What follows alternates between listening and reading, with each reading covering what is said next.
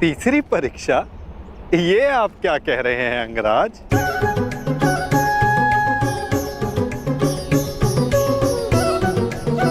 वही जो आप ना समझने का अभिनय कर रहे हैं।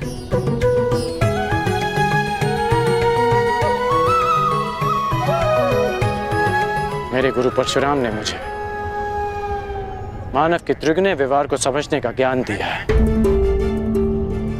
मानव का व्यक्तित्व राज, सत्व और तम गुणों के संतुलन से बनता है।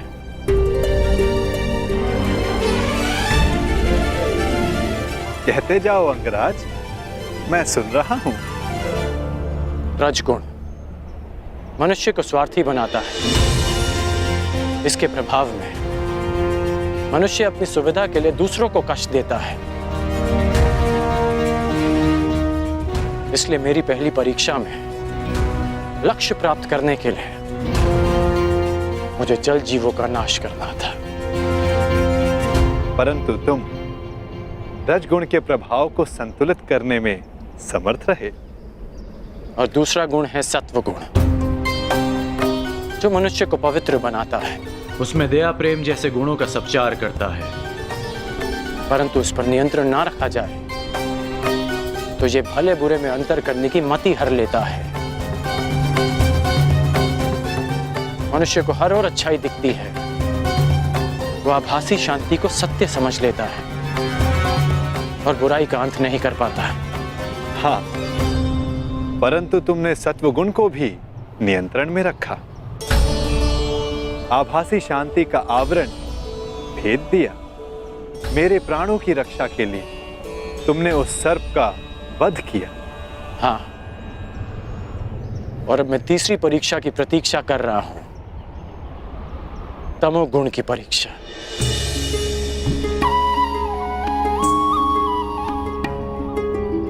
उत्तम, परंतु ये किसने कहा कि तम गुण की परीक्षा अभी चल नहीं रही है?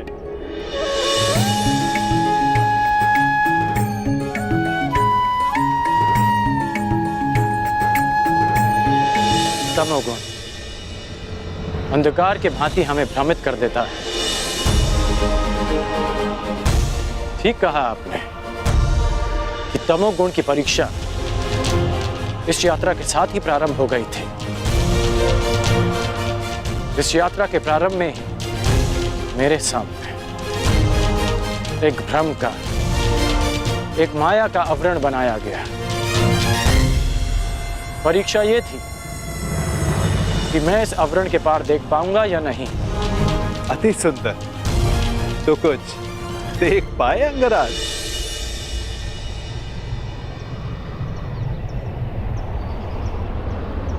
सबसे पहले इस नाटक के सूत्रधार को देखा, नटवर को देखा।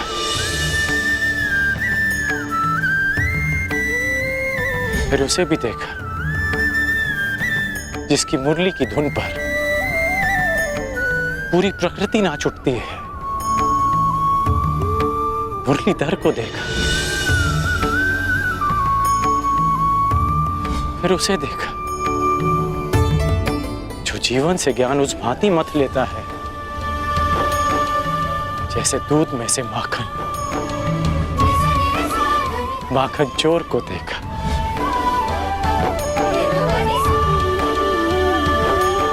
और फिर उसे देखा जिसके ये सब रूप हैं।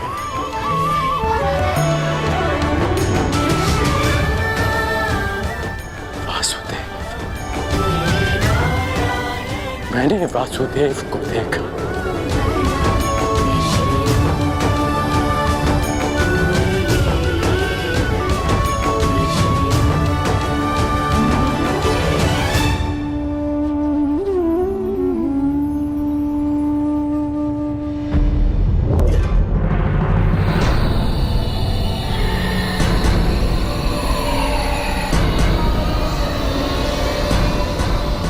महाराज, यहाँ ना कोई सेना है ना वासुदेव।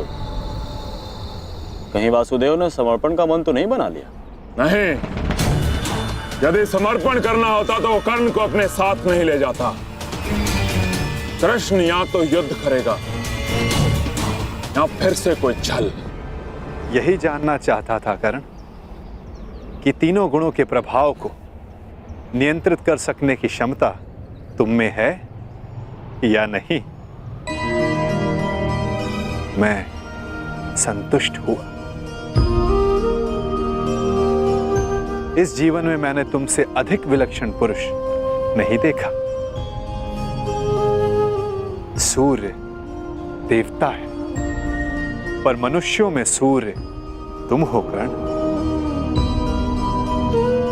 धन्य है तुम्हारी माता, धन्य है तुम्हारे पिता।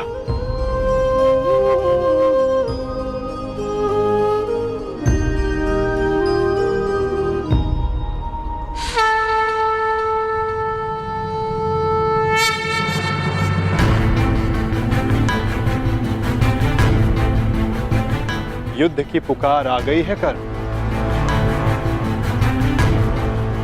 मुझे जाना होगा। युद्ध में सम्मिलित होने का वचन तुम पूरा कर चुके हो। अब यह तुम्हारा निर्णय है कि तुम मुझसे युद्ध करोगे या मेरे पक्ष में रहोगे। जो भी निर्णय लेना सोच समझ कर लेना कर, क्योंकि आज का लिया गया निर्णय भविष्य का निर्धारण करेगा।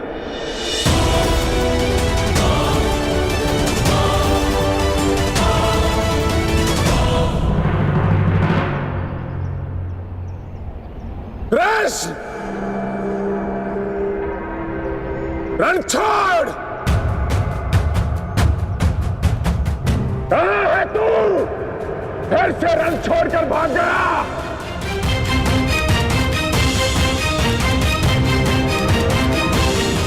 देख रहे हो, सबके समक्ष खड़ा हूं मैं, फिर भी सब मुझे ढूंढ रहे हैं, पुकार रहे हैं।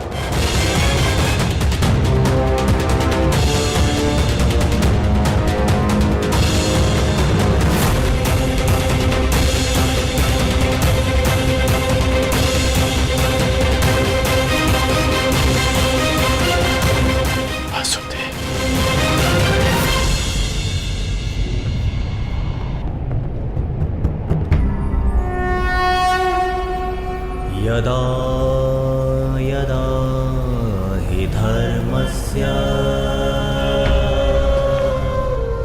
ग्लानिर्भवति भारत अभ्युत्थानम् अधर्मस्य तदात्मानं सृजाम्यहम्।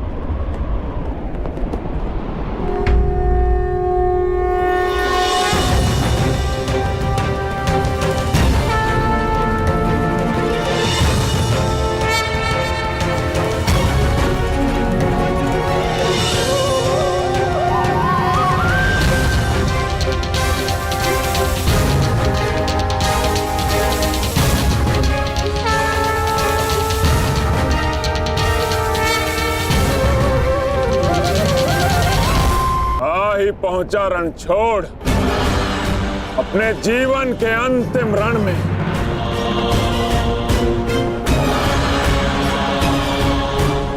तो कर्ण को छल करके अपने साथ ले गया ताकि युद्ध को टाल सके। और आया भी तो निहत्था बिना सेना के, परंतु फिर भी मैं प्रस्तुत हूं। आज मैं तुझे समाप्त कर दूंगा कृष्ण। विकास के प्रयास को प्रशंसा मिलती है जरासंध, विनाश के प्रयास को नहीं। कितनी बार हमने युद्ध किया, क्या लाभ हुआ? सहस्त्रों सैनिक अकाल ही काल के ग्रास में समा गए। युद्ध तब श्रेष्ठ है जरासंध जब उसका लक्ष्य एक महान शांति हो, ना कि एक मिथ्य अभिमान की पूर्ति। मैं इस विनाश को रोकने का निमंत्रण देता हूं जरासंध, मित्रता का हाथ आगे बढ़ाता हूं। और इसका प्रमाण है कि मैं निशस्त्र आया हूं। अपने अहंकार की निद्रा त्यागो जरासंध, शांति का सूर्योदय चुनो। अरे जा रण छोड़, शांति कायरों की ढाल होती है, वीरों का आभूषण युद्ध होता है ग्वाले, युद्ध। अरे चुनौती स्वीकार कर। संसार की मानवता की ढाल शांति है जरासंध। जिसके पास विनाश की शक्ति हो उसे शांति का विकल्प पहले चुनना चाहिए। वीर वो नहीं जो पल पल में युद्ध को उपस्थित हो जाए, वीर वो होता है जो जब तक संभव हो युद्ध को टाले। तुम्हारे नाम में ही संधि है, तो फिर क्यों युद्ध के कंकड़ से शांति का पात्र तोड़ते हो जरासंध? यदि शांति का पात्र छलका तो विनाश बाहर आएगा। मैं कोई मथुरा का ग्वाला नहीं जो तुम्हारी इन मीठी मीठी बातों में आ जाऊं।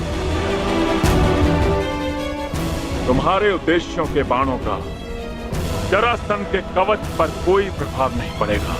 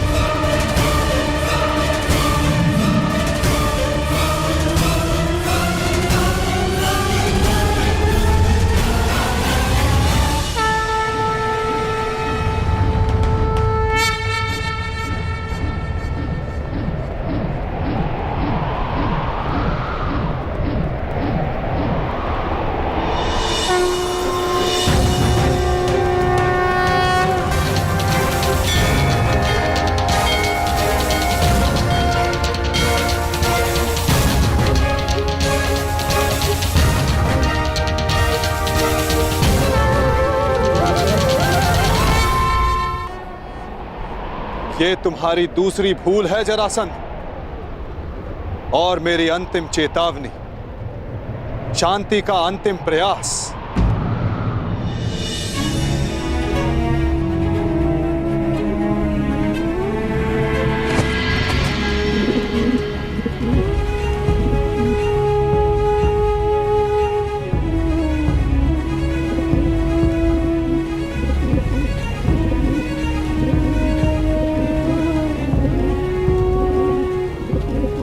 सुन रहे हो जरासंध?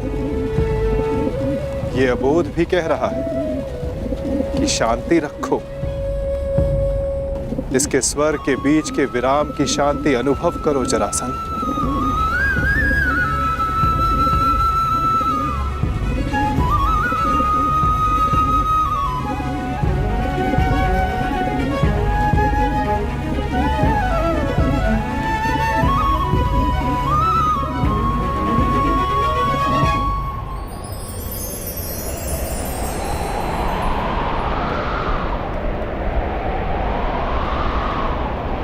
शांति का संदेश लाने वाले परिणाम जानना चाहता है वासुदेव, तो देख।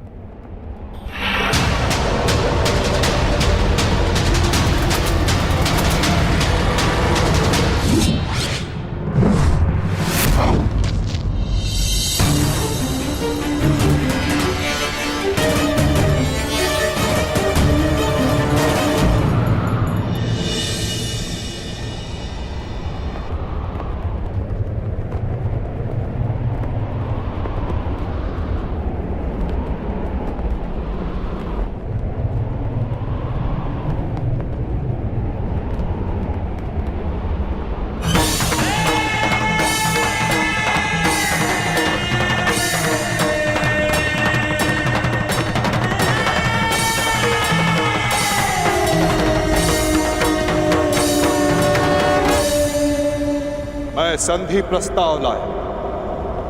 तुमने शांति दूत का वध किया, मैंने शास्त्र से समझाने का प्रयास किया, तुमने शस्त्र उठाया। मैं प्रेम लाया था, तुमने युद्ध की मांग की। तुम्हें युद्ध चाहिए जरासंध, तो लो, मैं तुम्हें युद्ध देता हूं।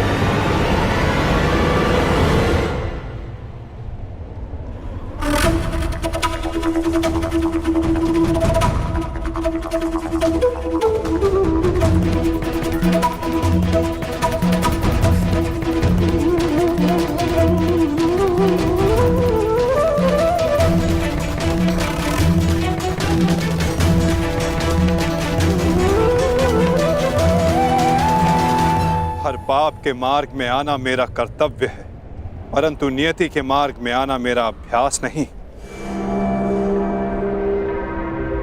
तुम्हारी मृत्यु किसी और के हाथों लिखी है जरासंध, इसलिए आज मैं तुम्हें पुनः जीवन दान देता हूं।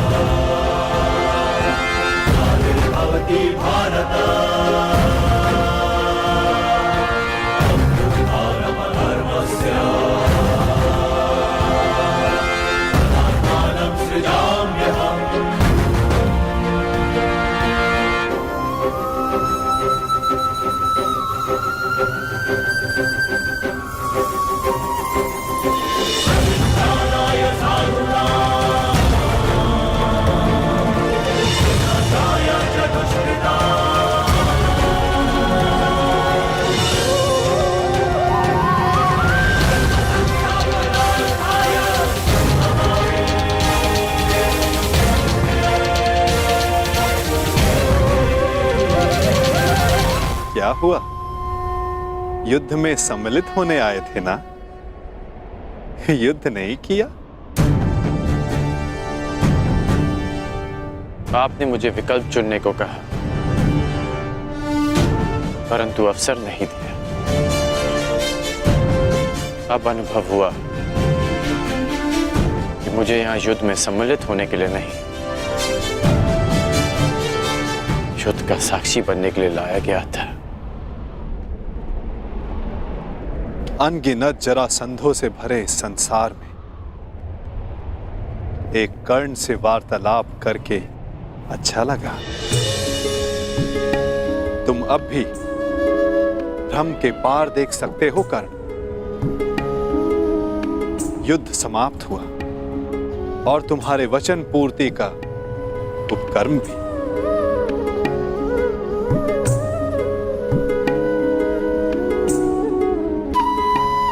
तो प्रस्थान करें?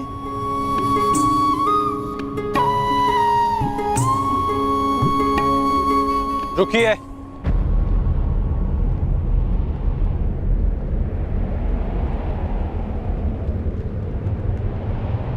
वासुदेव,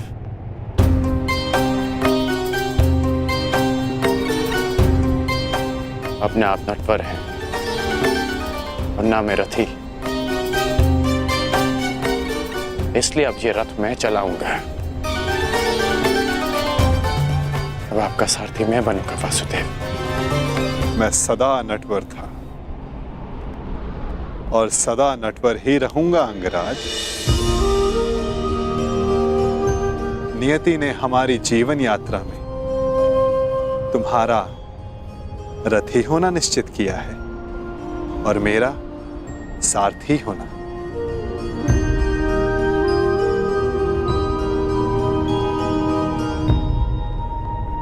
जो मन में है कह डालिए अंगराज।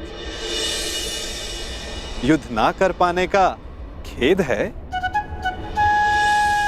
नहीं, क्योंकि जिस युद्ध में आप सम्मिलित हो वहां किसी और का युद्ध करना व्यर्थ है।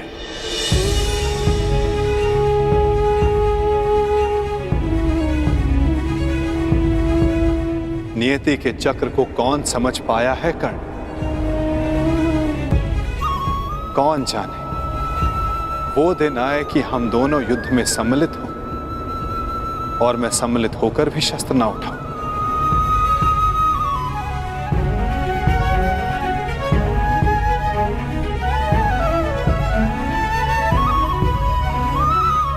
अरे अरे, इतना गंभीर क्यों हो गए?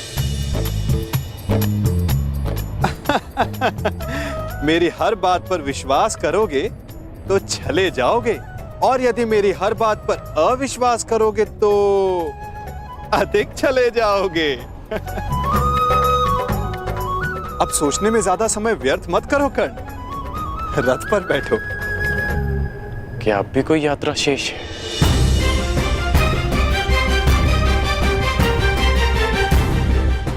यात्रा तो अनावृत नियम है कर्ण। तुम्हारी मगध की यात्रा समाप्त हुई, हो सकता है कहीं और किसी नई यात्रा का प्रारंभ करने जा रहे हैं।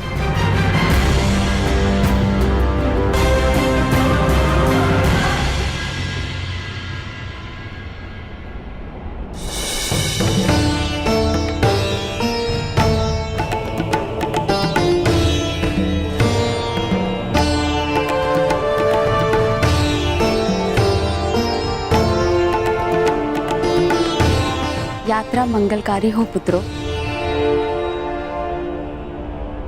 हाँ युवराज, तुम्हारी कीर्ति की अग्नि से वारणावत की हर दिशा प्रकाशित हो।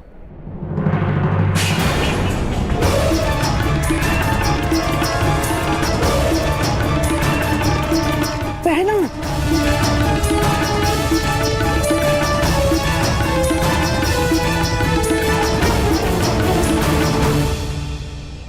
ये तो अपशगुन है।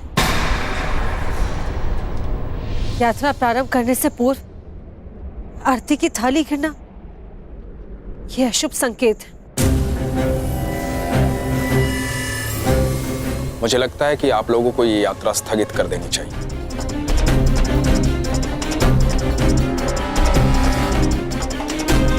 शास्त्रों में लिखा है, किसी भी शुभ मुहूर्त में कोई विघ्न आए तो उसे टालना ही उचित है।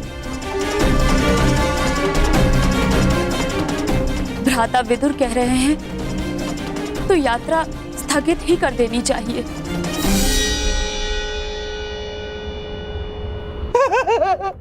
क्या क्या कह रहे हो बहना? अरे अग्नि तो पवित्र होती है और कदाचित अग्निदेव ये संकेत दे रहे हैं कि इस यात्रा में वो पांडव भांजों के साथ ही है।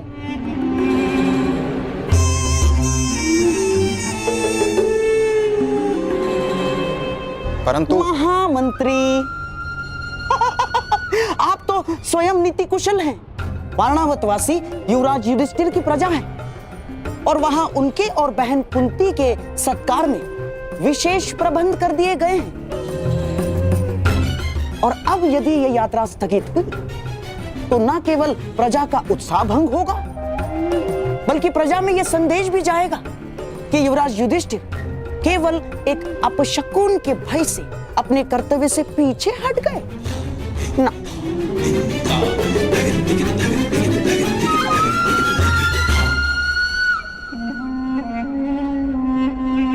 महामंत्री, ये युवराज युधिष्ठिर का अपयश होगा। परंतु यहाँ युवराज की सुरक्षा का प्रश्न है। सुरक्षा? महामंत्री, जिसके साथ भीम और अर्जुन जैसे महाबलशाली भाई हों, जिन्होंने पांचाल को बात ही बात में परास्त कर दिया हो, उन्हें किसका भय? मामा श्री का मत उचित है काका श्री, परंतु आपकी मंत्रणा भी आवश्यक है। यदि आप कहेंगे तो हम नहीं जाएंगे।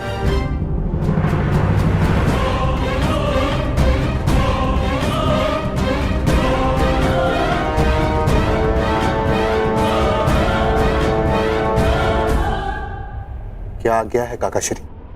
ठीक है युवराज, आप प्रस्थान करें।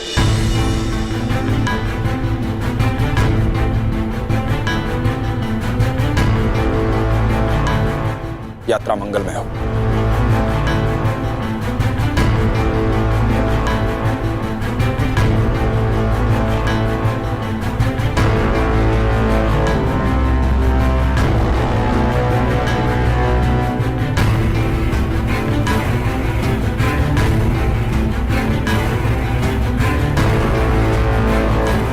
चलिए माता श्री।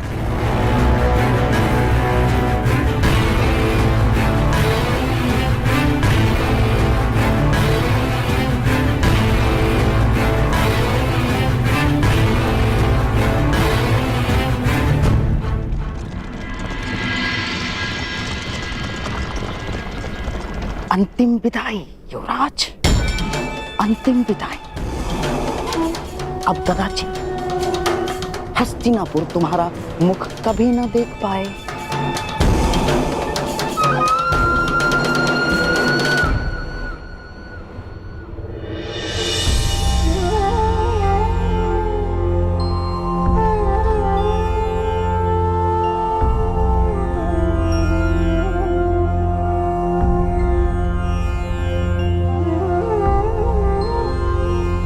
वासुदेव,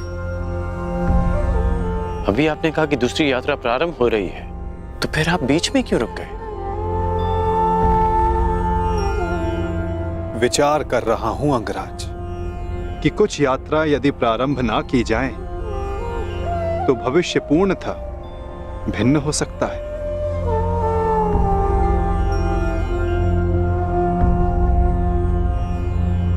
मैं आपकी ये पहेली भी समझ नहीं पाया।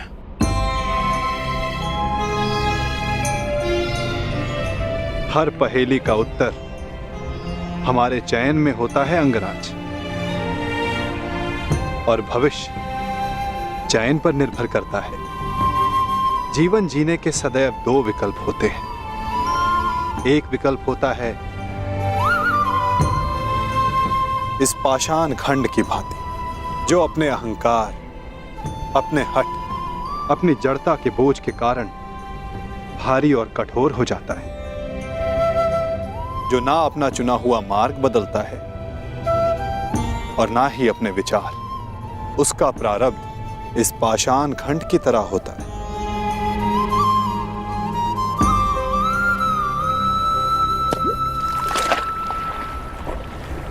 जल में डूब जाना। और दूसरा मार्ग वासुदेव?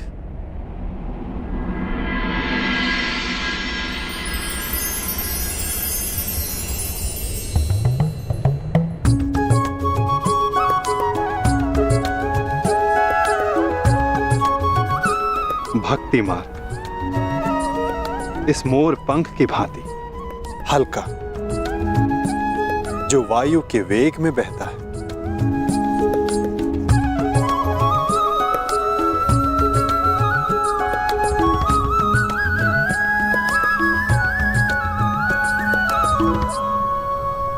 जो इस मोर पंख की भांति होते हैं, वे अपने आप को ईश्वर की इच्छा के हाथों ऐसे समर्पित कर देते हैं जैसे इसने स्वयं को वायु को समर्पित किया। इसीलिए वायु उन्हें किसी भी ओर ले जाए, वे सदैव ईश्वर की गोद में रहते हैं। यदि हर बात में ईश्वर की इच्छा है और प्रकृति भी ईश्वर की गोद है, तो ये पाषाण ईश्वर की गोद में ही गया है। तो इस प्रकार तो ये दोनों मार्ग एक ही हुए ना वासुदेव? पाषाण हो या पंख, वायु के साथ बहें या जल में मग्न हो जाएं, रहना तो ईश्वर के साथ ही है।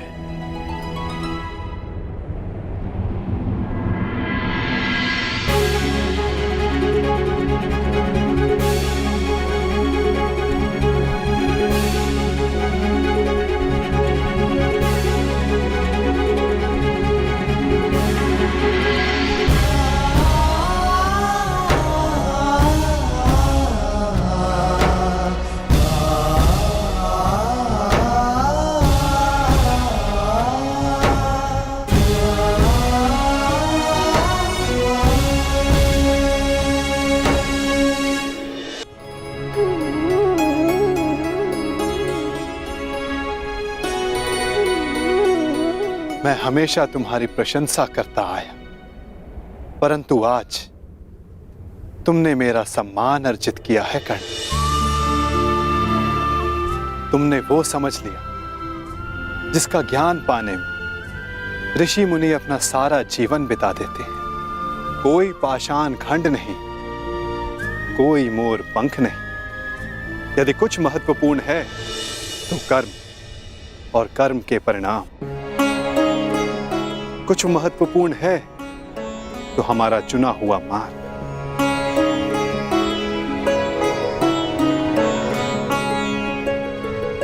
बहुत ज्यादा सोचते हो अंगराज, बहुत समय भी व्यर्थ करते हो। अब यहीं रहना है या आगे चलें?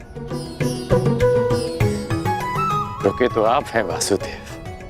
कहा था ना, जीवन मार्ग में रुककर देख लेना चाहिए कि लक्ष्य उचित है या नहीं, और हमारा मार्ग हमारे साथ छल तो नहीं कर रहा है।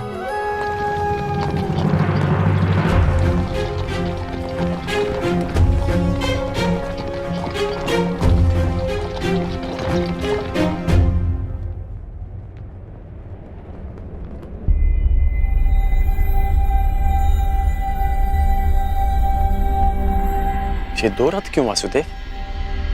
क्योंकि यहां से दो मार्ग जाते हैं कर्ण, एक हस्तिनापुर को और दूसरा पांचाल को।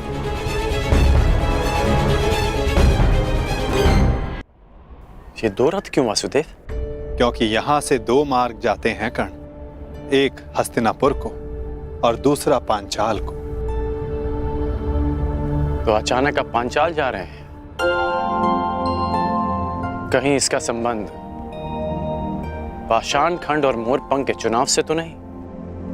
नहीं कर, आवश्यक नहीं कि हम केवल पाषाण खंड या मोरपंख ही हों। कभी कभी कर्म के साथ साथ निमित्त भी महत्वपूर्ण होता है। हम में से कुछ पाषाण पानी के लिए निमित्त होते हैं, मोरपंख के लिए वायु का, और निर्माण के लिए अग्नि का। निर्माण के लिए अग्नि का? परंतु अग्नि तो सब भस्म कर देती है। हाँ, परंतु यही अग्नि पवित्र भी करती है अंगराज। और ऐसी ही एक अग्नि का साक्षी बनने जा रहा हूं मैं, जो एक पिता के मन में उत्पन्न हुई। वो अग्नि जो एक दिन सब पवित्र कर देगी।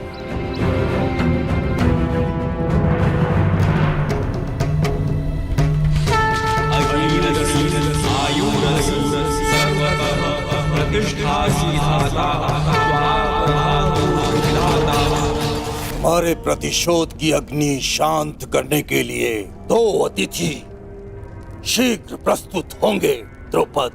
मैं भी उनके स्वागत के लिए आतुर हूँ ऋषिवर। तब से जब से द्रोण ने मेरा अपमान किया। ये कैसी विचित्र अग्नि है द्वारकाधीश? अग्नि अग्नि होती है कर्ण। हाँ, उत्पत्ति का कारण और उद्गम भिन्न हो सकते हैं। लालच की अग्नि, घृणा की अग्नि, छल कपट की अग्नि। आशा करता हूं जब कभी ऐसी अग्नि से तुम्हारा सामना होगा तो तुम उचित निर्णय लोगे कर्ण। एक बात का आश्चर्य है वासुदेव, आप पांडवों के ममेरे भाई हैं, तो मुझे लगा कि आप मुझे कुमार दुर्योधन से दूर करने का प्रयास करेंगे, परंतु आपने ऐसा नहीं किया। क्योंकि सारथी का कार्य केवल मार्ग दिखाना होता है अंगराज, चयन तो रथ ही करेगा। फिर भी यदि समय आने पर चुनाव करना पड़ा तो किसका चुनाव करोगे अंगराज?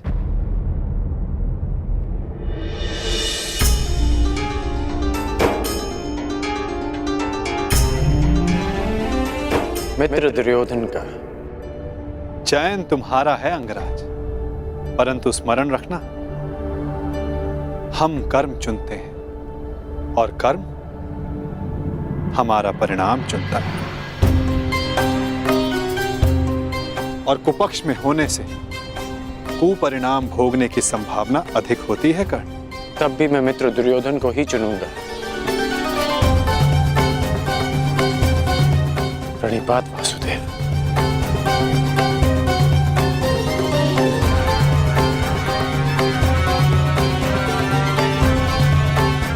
विदा कर्ण।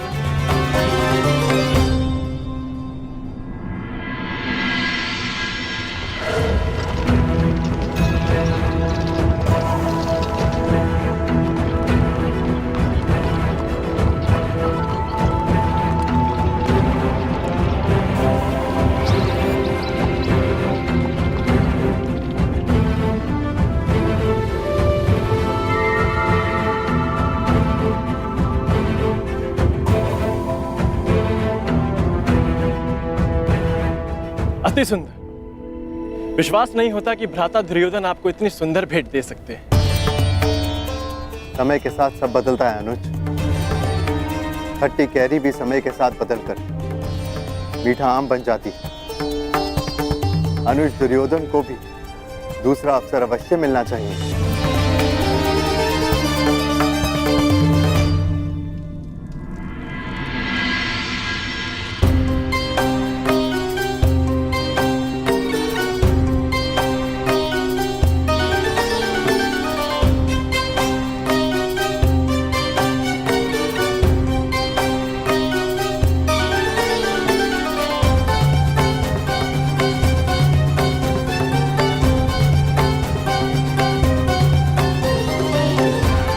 अद्भुत अद्भुत महल बनाया है पुरोचन ने। समझ में नहीं आता ये वास्तविक भवन है या भ्रम। मैं तुमसे सहमत हूं अनुज, परंतु इतनी सुंदर वस्तुएं सदैव भ्रम और छल ही होती है।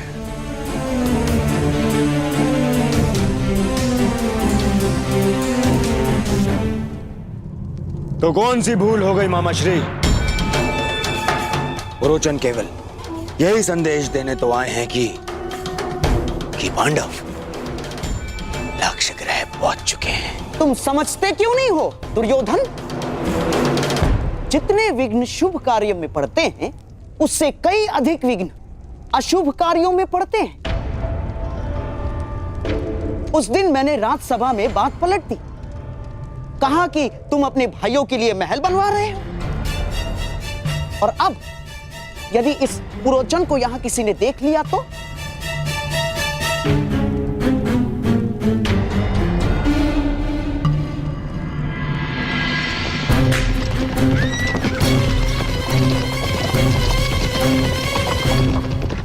मत भूलो, षड्यंत्र तभी सफल होते हैं जब तक वो गुप्त रखे जाते हैं।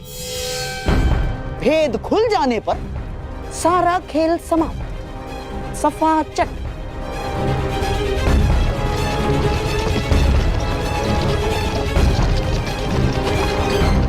और तुम अपनी बुद्धि लाक्षागृह की नींव में डाल के आए हो। यहां बार बार आने से किसी को संदेह हुआ तो शीघ्र ही यहां से निकलो, इससे पहले कि यहां तुम्हें कोई देख ले।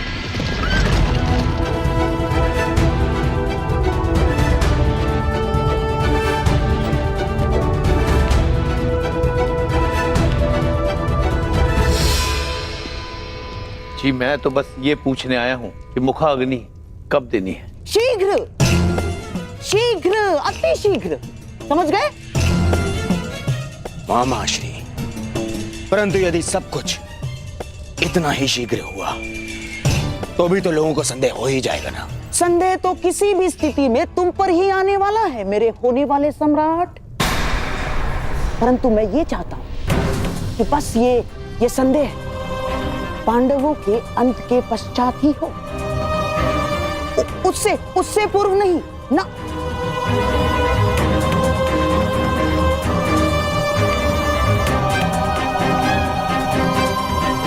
अब देख क्या रहे हो? जाओ। रुको पुरोचन,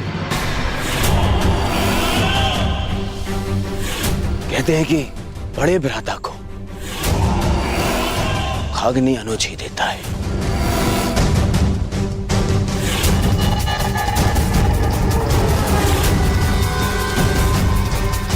तो फिर मैं अपने कर्तव्य को कैसे भूल सकता हूं? जाओ, ये ले जाओ पुरोचन। मेरे भाइयों की चिता तुमने सजाई है, परंतु उनकी मुखाग्नि मेरी ओर से ही होनी चाहिए।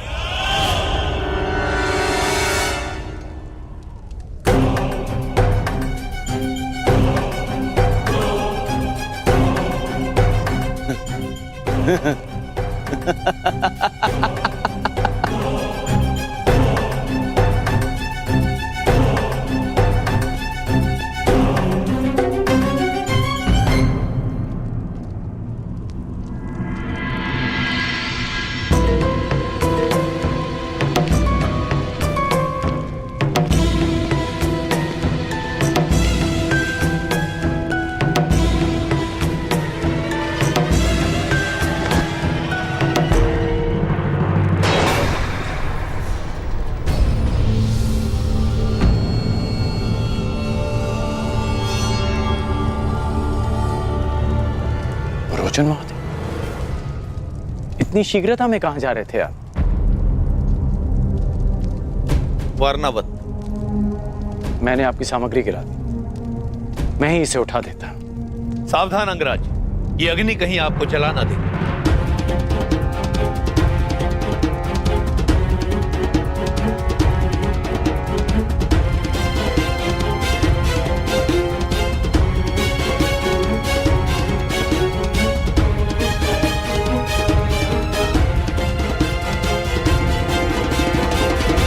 ये अग्नि लिए कहां जा रहे हैं आप? ये अग्नि नहीं है अंगराज, ये वो प्रकाश पुंज है जो हस्तिनापुर का भविष्य बदल देगा, और साथ में आपका और मेरा भी, क्योंकि हम दोनों विजेता के पक्ष में हैं। अब मुझे आज्ञा दीजिए।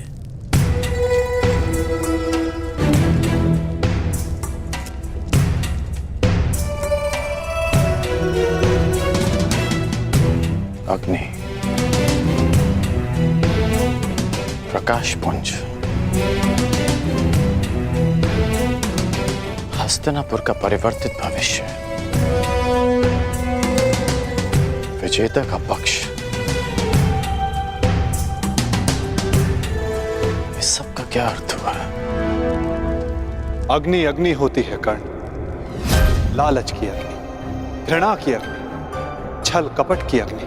आशा करता हूं कि जब तुम्हारा सामना ऐसी किसी अग्नि से होगा तो तुम उचित निर्णय लोगे कर्ण। कर्ण, ये है पुरोचन, ये हमारे लिए युद्ध लड़े। युद्ध करे बिना पांडवों को कैसे परास्त किया जा सकता है? ऐसा कौन सा मार्ग है? मार्ग है, उन्हें भान भी नहीं होगा और उनका अस्तित्व सदैव के लिए मिट जाएगा। अग्नि, प्रतिशोध, पुरोचन का व्यवहार और वासुदेव कृष्ण की चेतावनी, इन सब में कोई संबंध है, और इस संबंध का उत्तर केवल मित्र दुर्योधन के पास है।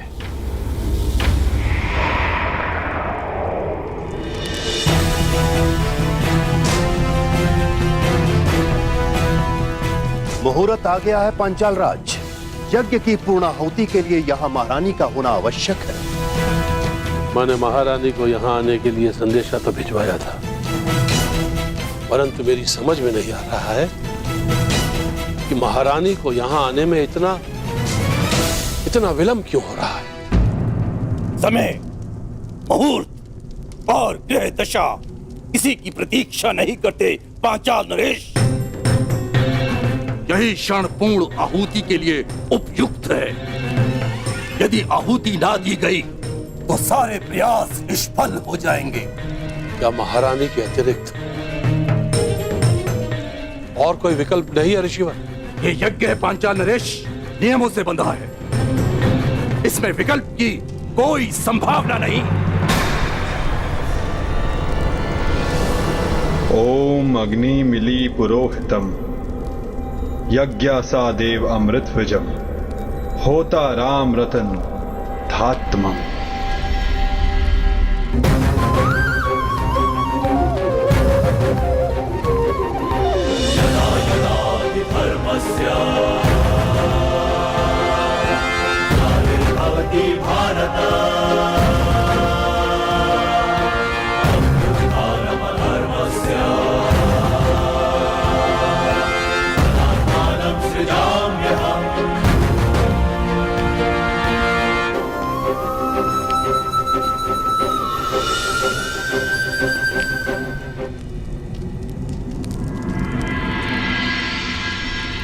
विचित्र बात है, प्यासे के समक्ष जल रखा है और वो प्यास बुझाने का विकल्प ढूंढ रहा है। मैं आपके कहने का अभिप्राय समझा नहीं वसुदेव।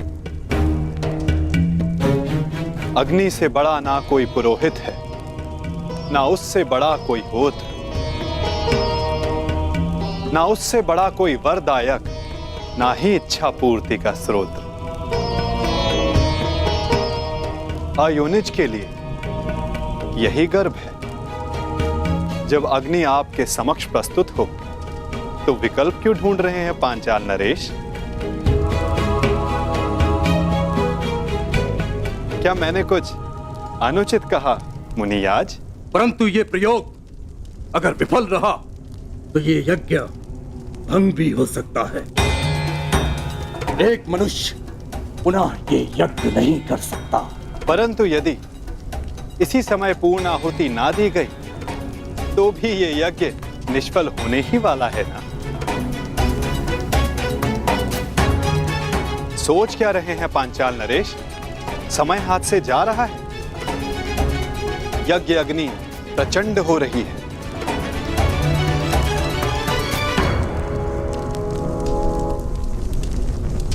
कहीं आपकी इच्छा पूर्ति से पूर्व ही ये शांत ना हो जाए।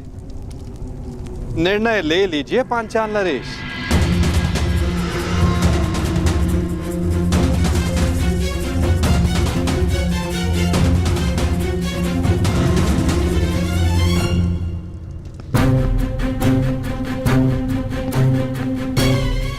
इतनी शीघ्रता से कहाँ जा रहे हो अंगराज कर्ण?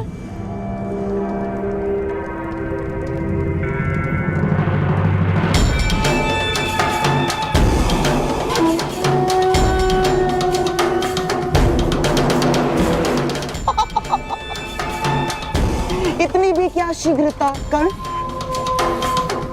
मुझे अभी अपने मित्र दुर्योधन से मिलना है। परंतु वो संभव ही नहीं, क्योंकि इस समय कुमार दुर्योधन यहाँ है ही नहीं। मुझे आप पर विश्वास नहीं गांधार नरेश। मुझे ज्ञात है कि मेरा मित्र यहीं है। हाँ?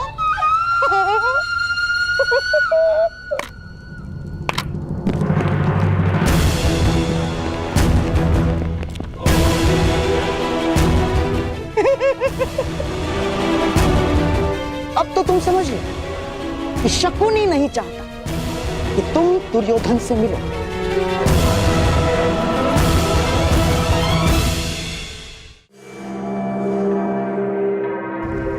सिंह को मेमने नहीं रोक सकते गांधार राज। और आप ये भली भांति जानते हैं कि आपके ये सैनिक कर्ण को नहीं रोक पाएंगे। परंतु मेरे होने वाले सम्राट का आदेश तो रोक सकता है ना अंगराज कर्ण। तो उनका आदेश था कि तुम अंग प्रदेश जाकर वहां का कार्यभार संभालो। और हाँ, जब उन्हें तुमसे मिलने की आवश्यकता होगी तो तुम्हें संदेश भिजवा दिया जाएगा। हाँ? ठीक उसी तरह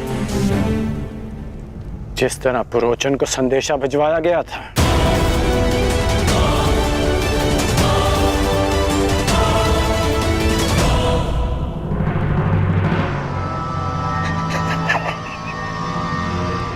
कुमार दुर्योधन के प्रति तुम्हारी निष्ठा की सराहना करता हूं मैं कर्ण, परंतु निष्ठावान तो पालतू कुत्ते।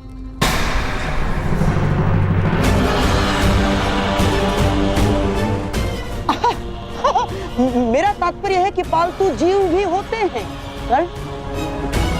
उन्हें अपनी सीमा में रहना उनके हित में होता है। इसीलिए शकुनी चाहता है कि तुम अपनी सीमा में रहो। अंग लौट जाओ।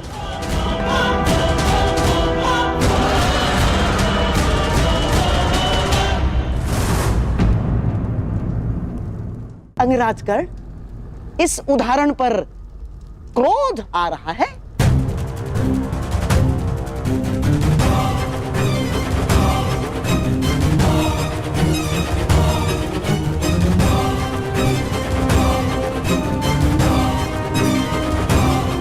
एक क्षण के लिए तो लगा कि आप मेरी तुलना पालतू जीव से कर रहे हैं, परंतु फिर अनुभव हुआ कि ना मैं अपनी बहन के ससुराल में रह रहा हूं और ना ही अपने भांजे की कृपा पे पल रहा हूं।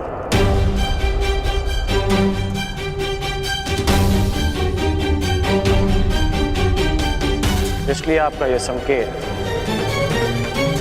स्वयं आप ही के लिए था गांधार राज।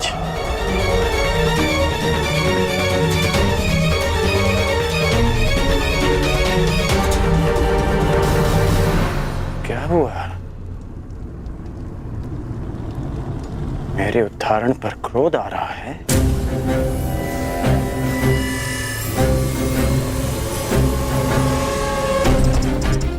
मैं अब तक आपका सम्मान इसलिए करता रहा क्योंकि आप मेरे मित्र के मामा हैं। हम दोनों में केवल एक समानता है कि हम दोनों कुमार दुर्योधन के शुभ चिंतक हैं। और जब जब आपका कार्य मेरे मित्र के हित में होगा, तब तक मैं आपको सहन करता रहूंगा। परंतु यदि मेरे मित्र को अनुचित मार्ग पर ले जाने का प्रयास किया, तो मैं भूल जाऊंगा कि आप मेरे मित्र के मामा हैं।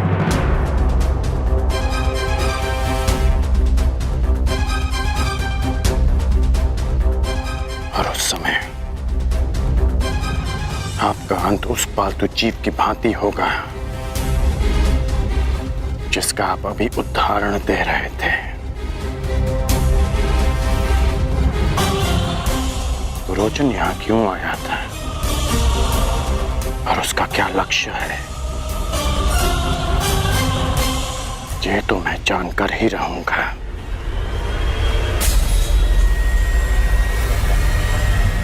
प्रणिपात मामाश्री।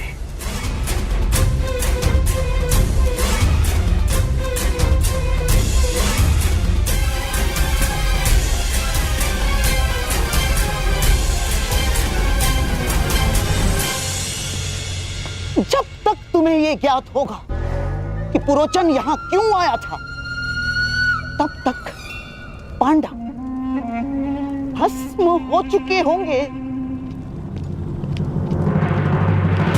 पांडव कहीं दिख क्यों नहीं रहे? और इस मंतव्य को पूरा करने के मध्य शकुनी को कोई नहीं रोक सकता, ना कोई नहीं, तुम भी नहीं अंगराज कर्ण।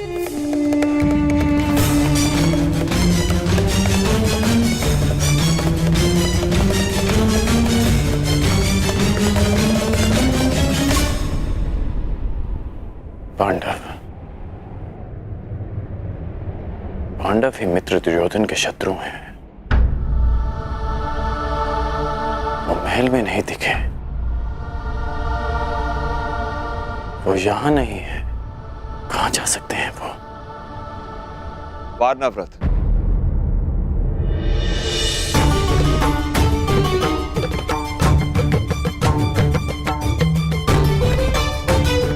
पिताश्री,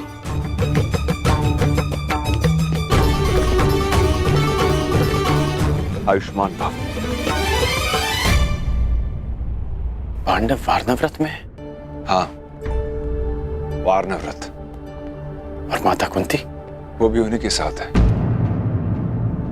देवी कुंती के सम्मान में वारनाव्रत में एक समारोह रखा गया है।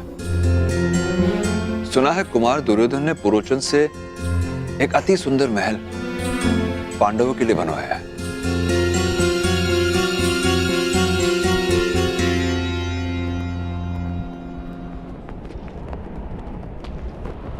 ये अग्नि नहीं है अंगराज, ये वो प्रकाश पुंज है जो हस्तिनापुर का भविष्य बदल देगा, और साथ में आपका और मेरा भी। पांडव वारनाव्रत में है और पुरोचन भी वहीं जा रहा था।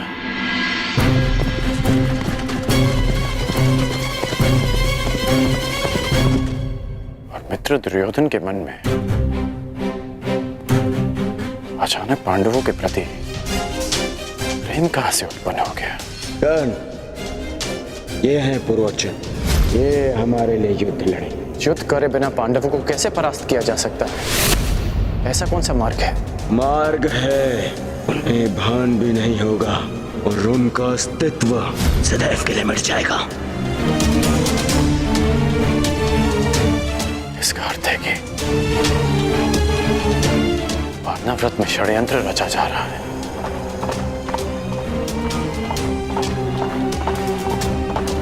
इसलिए गांधार नरेश मुझे दुर्योधन से मिलने नहीं दे रहे थे। कहीं वासुदेव इसी कपट की अग्नि के विषय में सचेत तो नहीं कर रहे थे मुझे? क्या सोच रहे हो पुत्र? कुछ नहीं पिताश्री, मुझे शीघ्र ही जाना होगा। कहां?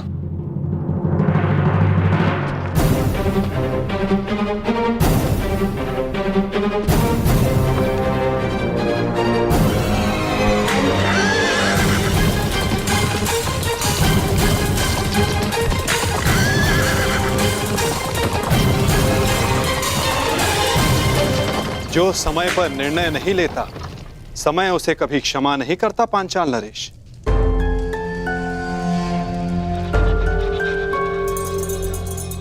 अग्नि को गर्भ मानकर पूर्ण आहुति प्रदान करे ऋषिवर। अवश्य।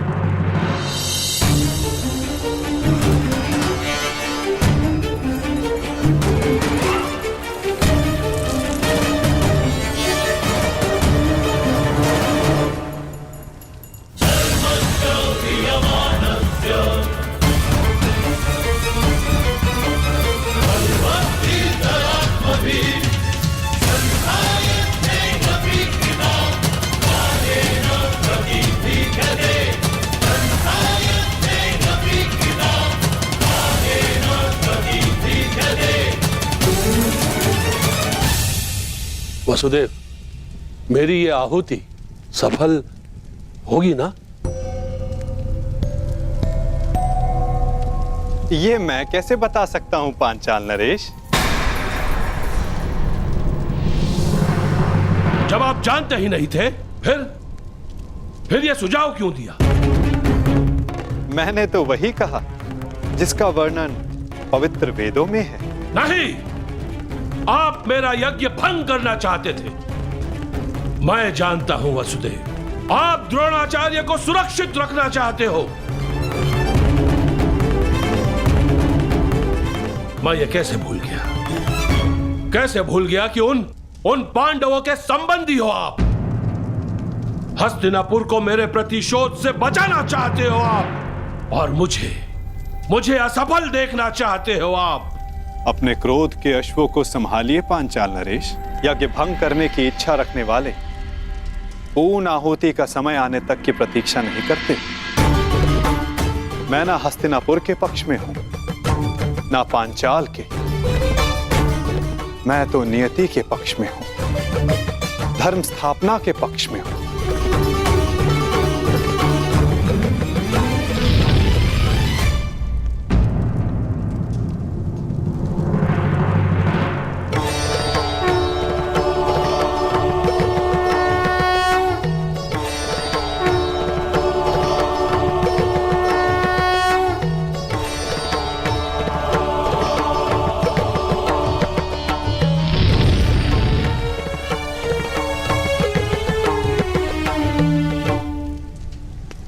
यज्ञ सफल रहा।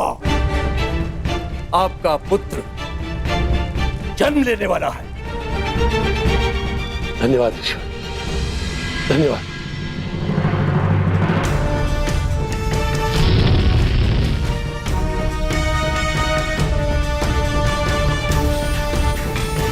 मुझे क्षमा कर देना वासुदेव। मेरे समक्ष एक समस्या उत्पन्न हो गई थी, उसी क्षण आपका आना हुआ। ये संयोग नहीं था, ये प्रारब्ध था। आप यहां मेरी सहायता के लिए आए हो। ना कुछ संयोग होता है, ना कुछ प्रारब्ध।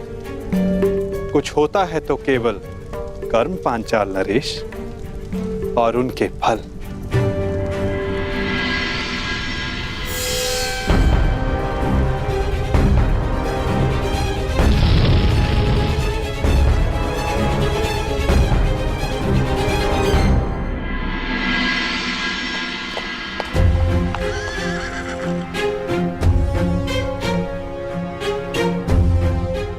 बड़ा दुख होता है। मेरा इतना सुंदर महल, मेरी इतनी सुंदर कृति कल प्रातःकाल राख का ढेर होगी, अपने भीतर उपस्थित अतिथियों समेत। अपना भविष्य उज्जवल करने के लिए मुझे अपने हाथों ही अपनी इस सुंदर कृति को ज्वाला देनी होगी।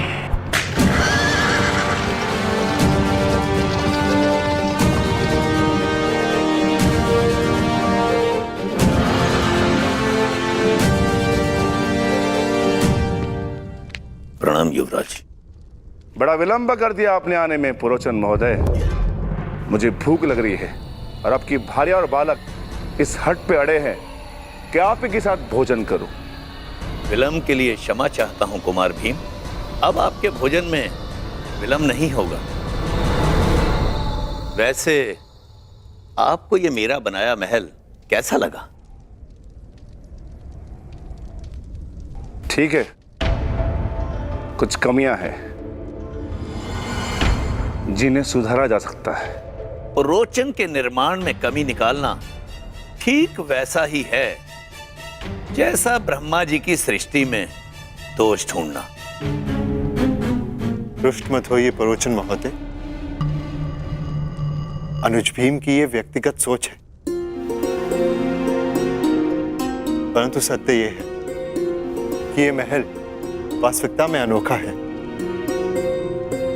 इसकी तुलना संसार के किसी भी निर्माण से नहीं की जा सकती।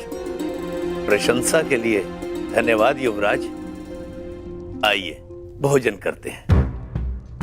कुमार भीम, कल प्रातः काल तक आपको कोई कमी नहीं मिलेगी इस महल में।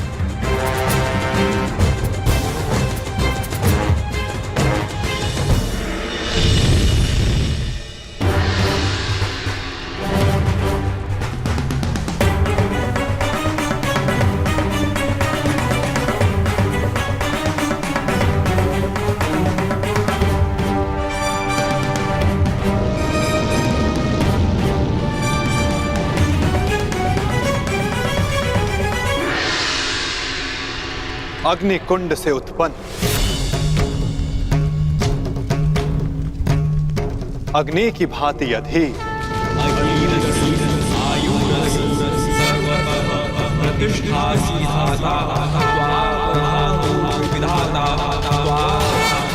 साहसी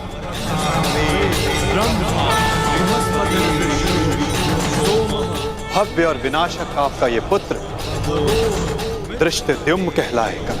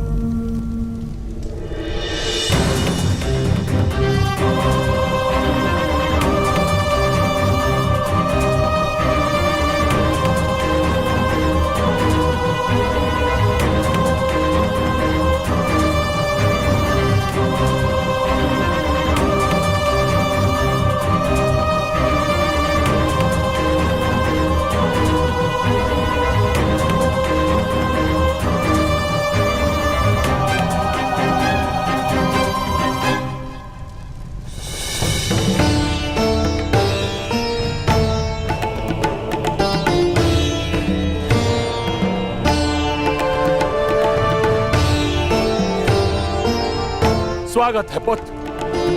धृष्टद्युम्न,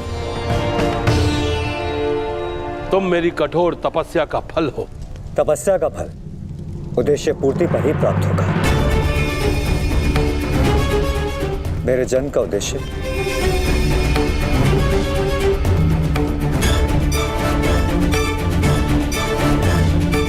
तुम्हारा अहंकार, उस पर विजय पाना शेष है जिसे मैं पाकर रहूंगा।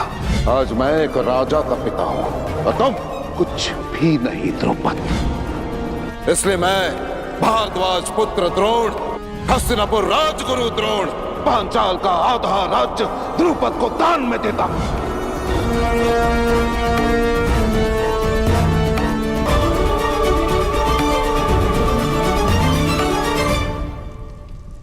अपने पिता का प्रतिशोध पूरा करना। मेरे हृदय में जो प्रतिशोध की अग्नि जल रही है, उस अग्नि में मुझे द्रोण की आहुति चाहिए। तुम्हें अपने पिता का मान सम्मान और प्रतिष्ठा और पांचाल का गौरव और वैभव फिर से लौटाना होगा। आपकी तपस्या पूर्ण होगी पिताश्री, आज्ञा दीजिए। यज्ञ अग्नि से जन्म लेने वाले यज्ञसेन दृष्टद्युम्न संसार में जन्म लेने वाले किसी न किसी कारणवश जन्म लेते हैं, परंतु लक्ष्य साधने का एक समय निश्चित होता है।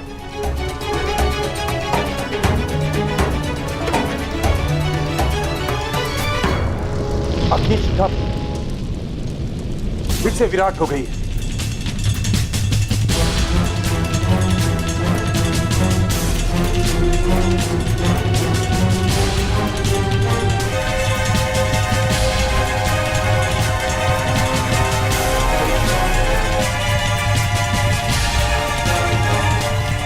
प्रतीत होता है कि आज अग्नि बहुत अधीर है मुनि। आज जैसे अग्नि का सर्वत्र साम्राज्य है, हर दिशा हर ओर भिन्न भिन्न प्रकार की अग्नि गर्जना कर रही है।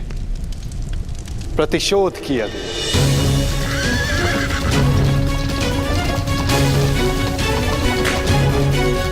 कपट की अग्नि, विनाश की अग्नि, विनाश की अग्नि।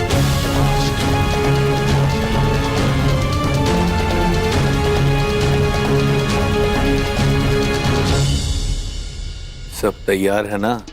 मसाले ठीक से डाल दिए थे? हाँ, सब वैसा ही बना है जैसा आपने कहा था।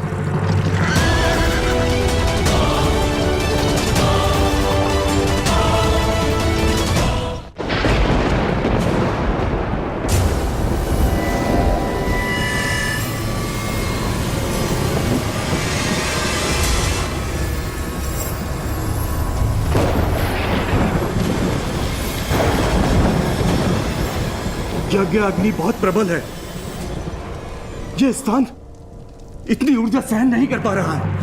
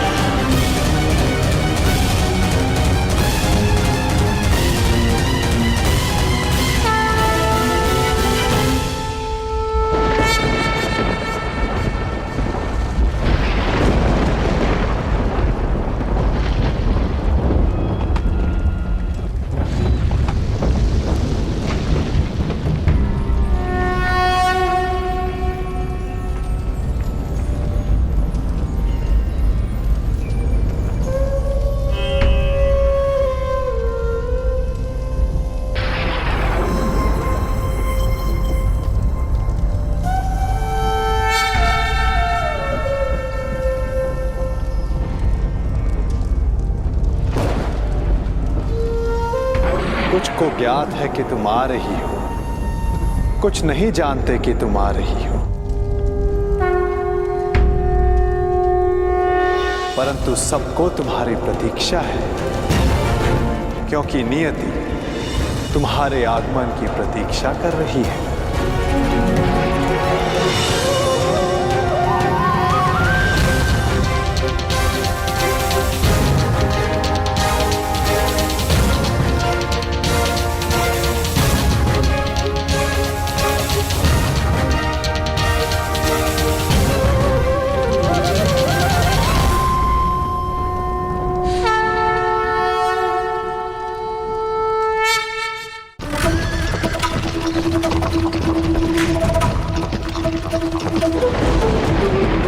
पांचाल नरेश, ये गुफा और अधिक समय तक नहीं रह पाएगी।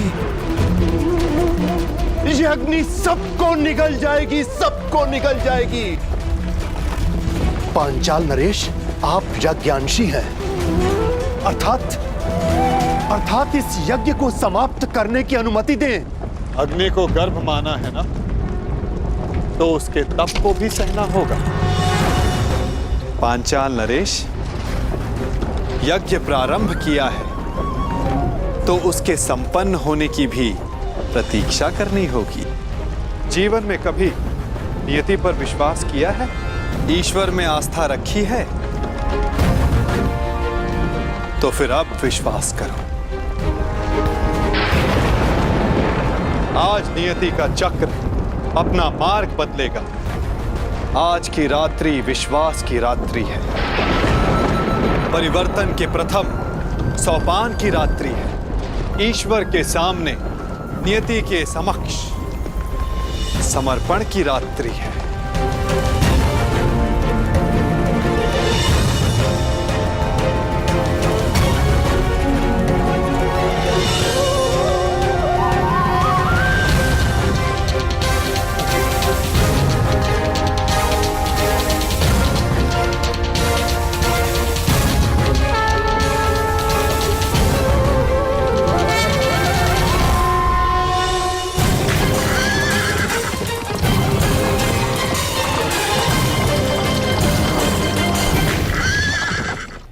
खाइए युवराज, महाराजा ने अपने हाथों से ये भोजन तैयार किया है। सुस्वाद तो है ना?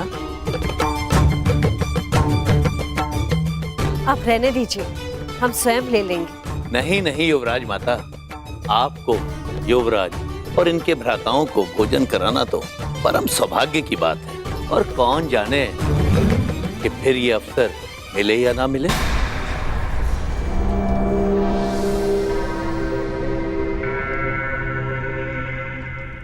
क्योंकि कल तो आप जाने वाले हैं ना?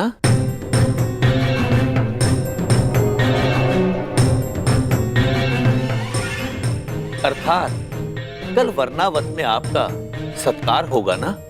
फिर आपके पास कहां समय शेष होगा इस निर्धन का सत्कार लेने का। मैं आज कृतार्थ हुआ और मेरा ये भवन भी कृतार्थ हुआ जिसमें आपका आगमन हुआ। ठीक है, तो आप भी यहाँ विराजिए। नहीं नहीं राजमाता, राज परिवार के साथ बैठकर भोजन करने का सामर्थ्य और दुस्साहस मुझ में कहां। पहले आप तृप्त हो जाइए, उसके बाद प्रसाद समझकर हम भी खा लेंगे।